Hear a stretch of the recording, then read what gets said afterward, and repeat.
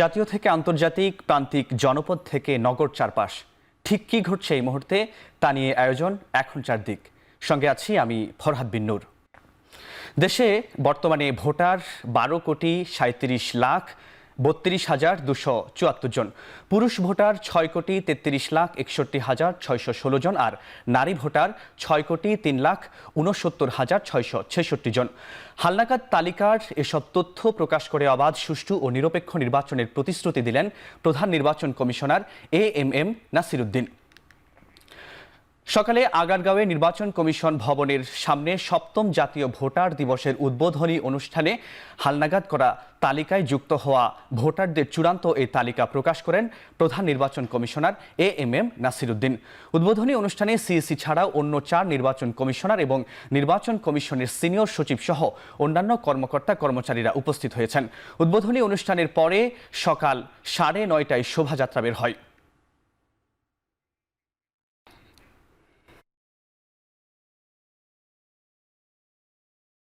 জানুয়ারি মাসে বাড়ি বাড়ি গিয়ে ভোটার তালিকা হালনাগাদের একটা উদ্যোগ নিয়েছি। এখন ডাটা এন্ট্রি শেষ হয়নি, চলছে। আজকের দিনের 2 মার্চ 2025 তারিখে আমাদের ভোটার সংখ্যা দাঁড়িয়েছে 12,37,32,274। আমরা যে একটা free, fair and credible election দেওয়ার প্রতিশ্রুতি জাতিকে দিয়েছি, সেখানে আপনাদের যে একটা সহযোগিতার হাত বাড়িয়ে দেওয়ার একটা, আমি এটাকে একটা রিফ্লেকশন হিসাবে বিবেচনা করছি। বাজার স্থিতিশীল রাখা এবং সরবরাহ স্বাভাবিক রাখতে কারওয়ান বাজার এলাকায় তদারকি কার্যক্রম চালিয়েছে জাতীয় ভোক্তা অধিকার সংরক্ষণ অধিদপ্তর। সে খবর জানাতে সরাসরি যুক্ত হচ্ছেন সহকর্মী শম্পা বিশ্বাস। শম্পা, একটু জানাবেন সেখানে ভোক্তা অধিকার সংরক্ষণ অধিদপ্তর তাদের তদারকিতে কোনো প্রকার অনিয়ম কোথাও পেয়েছে কিনা এবং কোনো প্রকার কাউকে জরিমানা করেছে কিনা? ফরহাদ, কিছুক্ষণ আগে জাতীয় ভোক্তা অধিকার সংরক্ষণ অধিদপ্তরের যে অভিযান আজকে কারওয়ান বাজারে সেটি শেষ হয়েছে, কিন্তু এখন পর্যন্ত আমরা যে তথ্য তাদের কাছ থেকে পেয়েছি সেখানে কোনো ধরনের জরিমানার তথ্য আমাদেরকে দেওয়া হয়নি। এবং একই সঙ্গে একটু জানিয়ে রাখি যে এই অভিযান শুরু হয়েছিল বেলা 11টায় এবং 2 ঘন্টার মধ্যে অর্থাৎ বেলা 1টার দিকে সেই অভিযান শেষ করে ভোক্তা অধিকার সংরক্ষণ অধিদপ্তর। এখানে অভিযান শেষে ভোক্তার যিনি ডিজি আছেন তিনি সাংবাদিকদের সঙ্গে কথা বলেন এবং এক প্রশ্নোত্তরে তিনি বলেন যে যতগুলো অভিযান তারা আজকে পরিচালনা করছেন রাজধানীতে, তার মধ্যে তারা সবথেকে বড় অভিযানটি পরিচালনা করেছেন রাজধানীর কারওয়ান বাজারে এবং আজকে রাজধানীতে মোট 10টি অভিযান পরিচালনা করবে জাতীয় ভোক্তা অধিকার সংরক্ষণ অধিদপ্তর। তারা কিন্তু আজকে এখানে কোনো জরিমানা করেনি, কিন্তু তারা সচেতন করেছে যারা দোকানি আছেন তাদেরকে এবং সেই সঙ্গে তারা ব্যবসায়ীদেরকে বলেছেন যে রমজানে যেন দাম বৃদ্ধি না পায়। একই সঙ্গে তারা যেসব বিক্রেতা সয়াবিন তেল বিক্রি করছেন তাদেরকে বলেছেন যে যে পরিমাণ তেল মজুদ আছে সেটি যেন বাজারে সরবরাহ করে, তারা যেন কোনোভাবেই সেটি মজুদ না করে অধিক মুনাফার আশায়। এভাবে তারা সচেতনতা কার্যক্রমের পাশাপাশি তাদের যে দৈনন্দিন কাজ অর্থাৎ অভিযানের যে কার্যক্রম সেটি পরিচালনা করেছেন। একই সঙ্গে আমরা কথা বলেছিলাম দোকানি এবং সাধারণ মানুষের সঙ্গে। দোকানিরা কিন্তু বলেছেন যে তারা কোনো ধরনের কোনো পণ্য অধিক মুনাফার আশায় মজুদ করেননি, বরং কিছু কিছু পণ্যের ক্ষেত্রে সরবরাহ নেই বাজারে, যার কারণে এক ধরনের সংকট তৈরি হয়েছে। যদিও যারা ক্রেতা আছেন তারা বলছেন যে সবসময় বিক্রেতারা তাদের মন গড়া কথা এবং তাদের যে চিরাচরিত অজুহাত সেটি দিয়ে থাকেন। এর বিরুদ্ধে ভোক্তা অধিদপ্তর সংরক্ষণ অধিদপ্তরকে তারা ব্যবস্থা নেওয়ার আহ্বান জানিয়েছেন। সেই সঙ্গে সারা রমজান জুড়ে তারা বাজারে মনিটরিং চালু রাখার জন্য অনুরোধ করেছেন।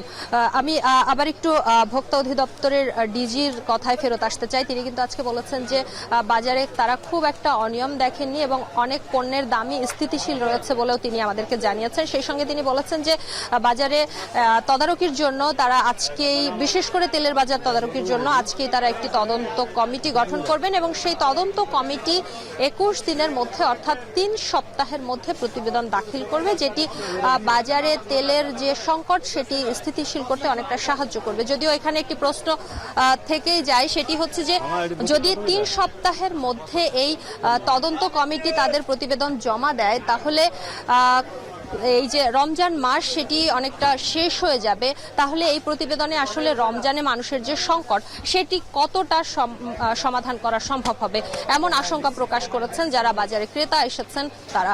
এই ছিল আমার কাছে রাজধানীর কারণ বাজার থেকে জাতীয় ভোক্তা অধিকার সংরক্ষণ অধিদপ্তরের যে অভিযান পরিচালিত হয়েছে আজকে তার সবশেষ খবর।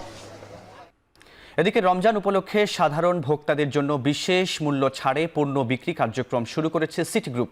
মতিঝিলে চলছে এই কার্যক্রম, সেখানে রয়েছেন সহকর্মী সানি মৃধা। আমরা সরাসরি যুক্তি হচ্ছি সেখানে। সানি, একটু জানাবেন যে ওখানে কোন কোন পণ্য আসলে বিশেষ ছাড় দিয়ে বিক্রি হচ্ছে এবং ভোক্তারা কি বলছেন?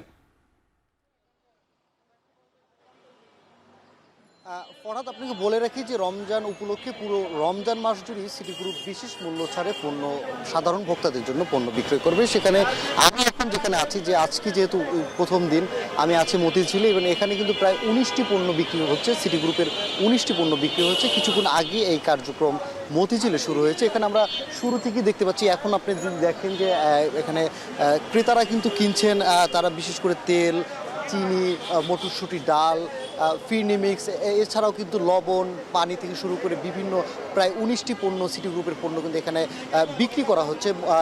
সরকারি নির্ধারিত যে মূল্য আছে সেই মূল্যের থেকেও কিন্তু কিছু টাকা কমে কিন্তু তারা বিক্রি করছে। অর্থাৎ সাধারণ যারা ক্রেতা রয়েছেন, বিশেষ করে রমজানের সময় দেখতে পাই যে বিভিন্ন শ্রেণী বা বিভিন্ন সিন্ডিকেট কিন্তু নিত্যপণ্যের দাম বাড়িয়ে ফেলে। সেই জায়গা থেকে কিন্তু যেন ভোগান্তি না পোহাতে হয় সাধারণ ভোক্তাদের, এই বিবেচনা করেই কিন্তু সিটি গ্রুপ কিন্তু প্রতি বছরই এমন উদ্যোগ নিয়ে থাকে। সেই ধারাবাহিকতা এবারও নিয়েছে। এবার মোট 5টি কাভার্ড ভ্যানে করে রাজধানীর 15 থেকে 20টি পয়েন্টে তারা বিক্রি করবে বলে আমাদেরকে জানিয়েছেন। এই ধারাবাহিকতা পুরো রমজান মাস জুড়ে অব্যাহত থাকবে। যদি চাহিদা মোতাবেক, অর্থাৎ যদি ক্রেতাদের চাহিদা আরও বৃদ্ধি পায়, সেক্ষেত্রে কিন্তু তারা এই যে পণ্যের বিক্রি কার্যক্রম কিন্তু আরও বৃদ্ধি করবে বলে আমাদেরকে জানিয়েছে।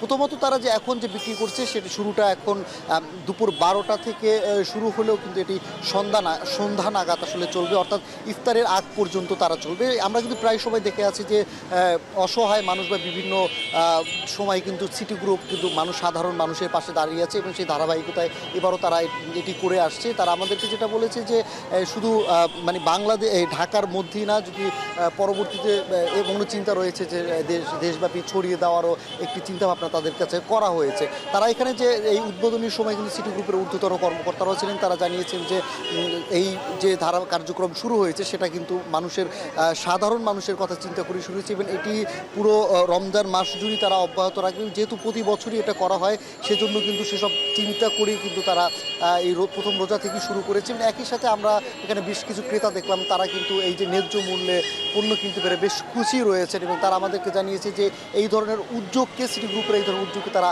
সাধুবাদ জানিয়েছে। তো ফরহাদ, সিটি গ্রুপের বিশেষ মূল্য ছাড়ে পণ্য নিয়ে সবশেষ এই ছিল আমার কাছে। মতিঝিল থেকে সরাসরি যুক্ত ছিলেন সহকর্মী সানি মৃধা, জানাচ্ছিলেন সিটি গ্রুপের বিশেষ বিভিন্ন মূল্য ছাড়ে বিভিন্ন পণ্যের রমজানে পণ্য বিক্রির খোঁজ খবর। রমজানে হঠাৎ করে কাঁচা বাজারে বেড়েছে ইফতারের বিভিন্ন পণ্যের দাম। বাড়তি দরে বিক্রি হচ্ছে বেগুন, লেবু, শসা সহ অন্যান্য সবজি। একইভাবে বেড়েছে আমদানি করা ফলের দামও। এতে বিপাকে পড়েছেন সাধারণ ভোক্তারা।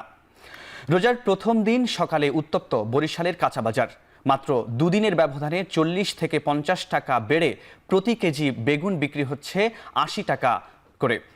এছাড়া 10 থেকে 15 টাকা বেড়ে প্রতি কেজি শসা বিক্রি হচ্ছে 40 থেকে 50 টাকা কেজি প্রতি হালি লেবু বিক্রি হচ্ছে 50 টাকায়।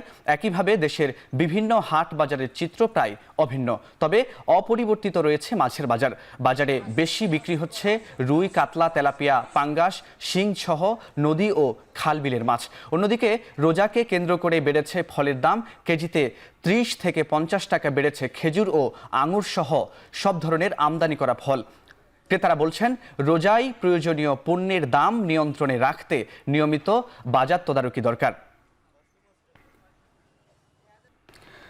জিয়া চ্যারিটেবল ট্রাস্ট দুর্নীতি মামলায় বিএনপি চেয়ারপারসন খালেদা জিয়াকে 7 বছরের দণ্ড থেকে খালাসের বিরুদ্ধে লিভ টু আপিলের শুনানির জন্য সোমবার দিন ধার্য করেছেন আপিল বিভাগ।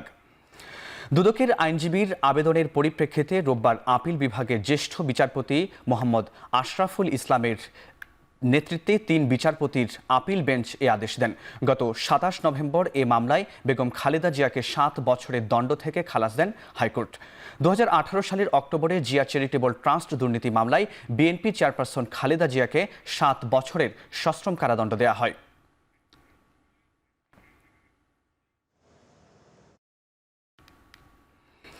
তত্ত্বাবধায়ক সরকার ব্যবস্থা বাতিলের রায় পুনর্বিবেচনা চেয়ে রাজনৈতিক দল ও ৬ ব্যক্তির করা ৪টি আবেদনের শুনানির জন্য আগামী ৮ মে ধার্য করেছেন আপিল বিভাগ।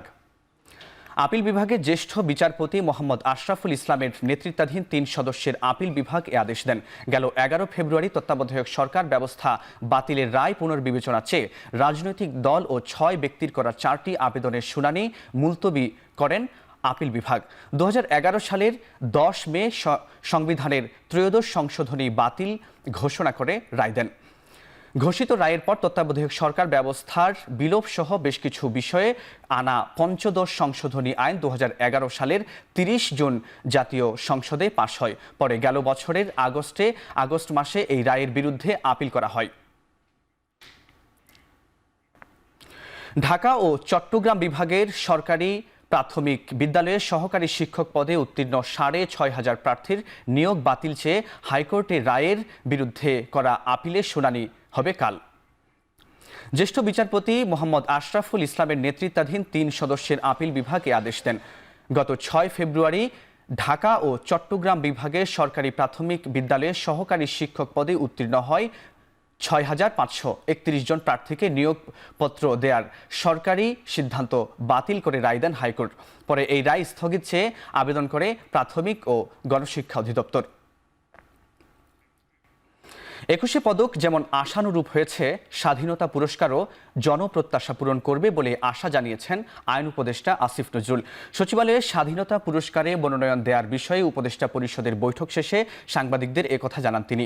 স্বাধীনতা পুরস্কার দেওয়ার বিষয়ে যেন কারো কোনো বিতর্ক না হয়, সে চেষ্টা রয়েছে বলেও জানান আইন উপদেষ্টা। র্যাবের মতো প্রতিষ্ঠানকেও স্বাধীনতা দিবস পুরস্কার দেওয়া হয়েছিল, অথচ এটা আমাদের জাতীয় জীবনের সর্বোচ্চ পুরস্কার। আমরা এই পুরস্কারের মহিমা উপলব্ধি করে এই দলগত গোষ্ঠীগত চিন্তার ঊর্ধ্বে থেকে স্যারের নেতৃত্বে আমরা এমন সব নাম সুপারিশ করেছি। আপনারা ২১শে পুরস্কারের দেখে আপনারা খুশি হয়েছিলেন, এই পুরস্কার দেখেও আপনারা আরও খুশি হবেন এবং আপনারা মনে হবে যে পুরস্কার দিতে পেরে আমরা নিজেরা ধন্য হয়েছি।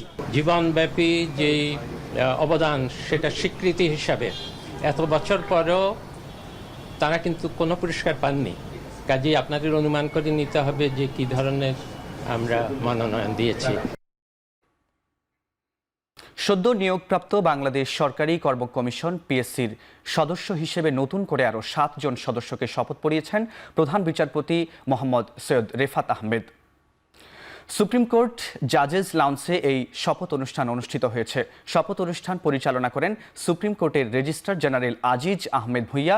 শপথ নেওয়া ৭ সদস্য হলেন অধ্যাপক ডক্টর মোহাম্মদ শরীফ হোসেন, অধ্যাপক ডক্টর ফেরদৌস আরফিনা ওসমান, অধ্যাপক doctor ATM Farid Uddin, brigadier general অবসরপ্রাপ্ত আনোয়ারুল ইসলাম, মোহাম্মদ মুনির হোসেন, অধ্যাপক ডক্টর শাহনাজ সরকার এবং সাব্বির আহমেদ চৌধুরী। এ নিয়ে পিএসসির সদস্য সংখ্যা দাঁড়ালো ১৭ জনে। অনুষ্ঠানে উপস্থিত ছিলেন পিএসসির চেয়ারম্যান সহ অন্যান্য সদস্যরা। সামরিক সক্ষমতা বাড়াতে ইউক্রেনকে ২২৬ কোটি পাউন্ড ঋণ দেবে যুক্তরাজ্য।